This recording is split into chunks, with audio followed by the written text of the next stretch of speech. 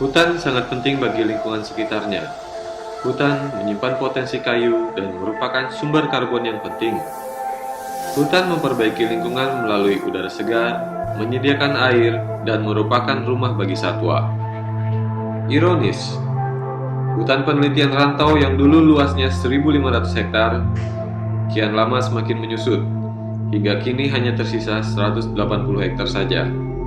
Tergerus aktivitas penambangan batu bara yang semakin marak.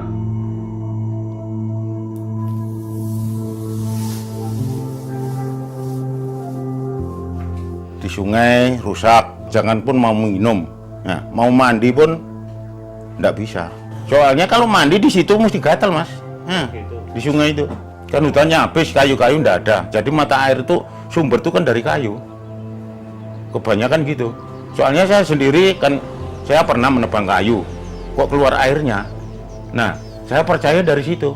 Memang kalau ada kehutanan itu kan kita ini kan asri, kan segar, kan itu. Kan tapi kalau sudah ditabuk lagi seperti itu rusak. Daerah Beramban itu rusaknya itu. Jadinya pengap. Tidak ada pelindung.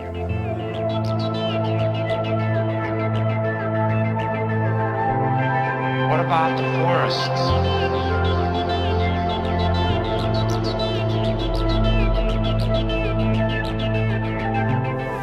Dampak lingkungannya ya menjadi batuk. Rata-rata kalau musim kemarau ini dihari sama ispa, Pak. Hutannya kan masih ada itu. Tapi kalau kita masuk di area tambang itu terasa perbedaannya, Pak. Sangat terasa panas. Kita harus debu, pulang pergi pakai masker gitu, Pak. Sumber-sumber mata air, Pak, kalau dulu kan sungai yang di Beramban itu, Pak, dulu dalamnya segini saya yang di jembatan itu, Pak. Kalau sekarang kan kering segini aja. Sumbernya sangat menyusut, sumber air itu aja yang sangat dirasakan. Jadi 10 penyakit terbanyak itu ISPA, kedua hipertensi, yang ketiga artritis, sakit-sakit tulang, banyaknya debu-debu juga mempengaruhi. Kalau kemarau kan debu banyak, jadi kemungkinan terkena ISPA juga semakin banyak juga.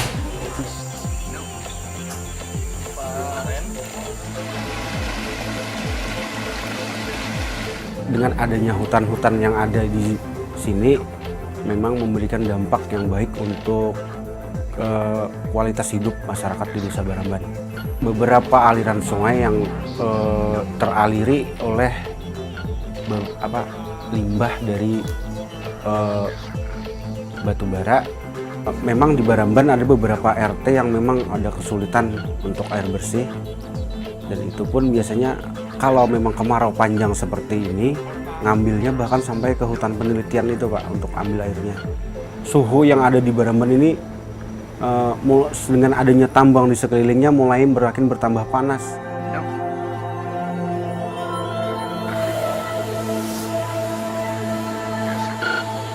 Perubahan iklim telah menjadi isu global dunia. Indonesia mempunyai komitmen yang kuat terhadap perubahan iklim tersebut. Hal ini dapat dilihat dari pertama, ratifikasi Protokol Kyoto menjadi undang-undang termasuk penurunan emisi gas rumah kaca sebesar 26% pada tahun 2020. Sektor kehutanan mempunyai kontribusi yang besar terhadap perubahan iklim tersebut. Hal ini karena pertama, sektor kehutanan itu sebagai sumber penyimpan karbon yang besar termasuk juga sumber keanekaragaman hayati. Simpanan karbon merupakan indikator kualitas lingkungan. Hal ini karena semakin besar simpanan karbon akan menyebabkan kualitas lingkungan tersebut semakin baik. Besarnya potensi simpanan karbon berkaitan erat dengan tipe penutupan lahan, sehingga perubahan penutupan lahan akan menyebabkan perubahan simpanan karbon tersebut. Berkaitan dengan pengukuran simpanan karbon, Balai Penelitian Kehutanan Banjarbaru telah melakukan pengukuran pada beberapa tipe hutan, mulai dari tipe hutan rawa gambut sampai dengan tipe hutan lahan kering. Pengukuran yang dilakukan umumnya bersifat langsung, yakni melakukan pengukuran pada masing-masing sumber karbon. Sumber karbon yang diukur terdiri dari 5 sumber karbon. Yang pertama, pada pengukuran karbon vegetasi. Yang kedua, nekromasa, tumbuhan bawah, serasah, dan bahan organik. Pada pengukuran karbon vegetasi dilakukan pada tingkat pancang, tiang, dan pohon.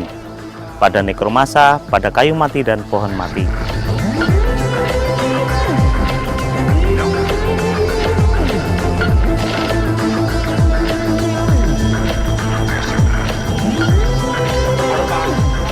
Hutan pelitaran rantau mempunyai potensi simpan karbon yang besar, terdiri dari 5 penutupan lahan. Yang pertama, hutan sekunder, hutan tanaman, alang-alang, semak belukar, dan lahan kosong. Pada kelima tipe penutupan lahan tersebut, hutan sekunder mempunyai potensi simpan karbon terbesar, sehingga perubahan potensi hutan sekunder akan menyebabkan perubahan yang besar terhadap simpanan karbon tersebut.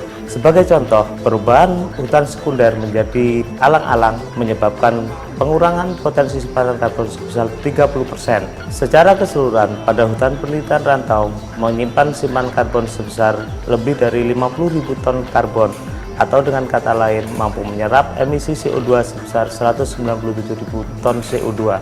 Jika dihitung dengan rupiah, dengan luasan 180 hektar, hutan penelitian rantau mempunyai nilai lebih dari 71 miliar rupiah. Manfaat hutan penelitian rantau bukan hanya dari nilai dan potensi karbon semata, masih banyak potensi lain yang terkandung di dalamnya. Sumber keanekaragaman hayati salah satu potensi yang terkandung di dalam hutan penelitian rantau. Mari kita jaga dan lestarikan hutan kita.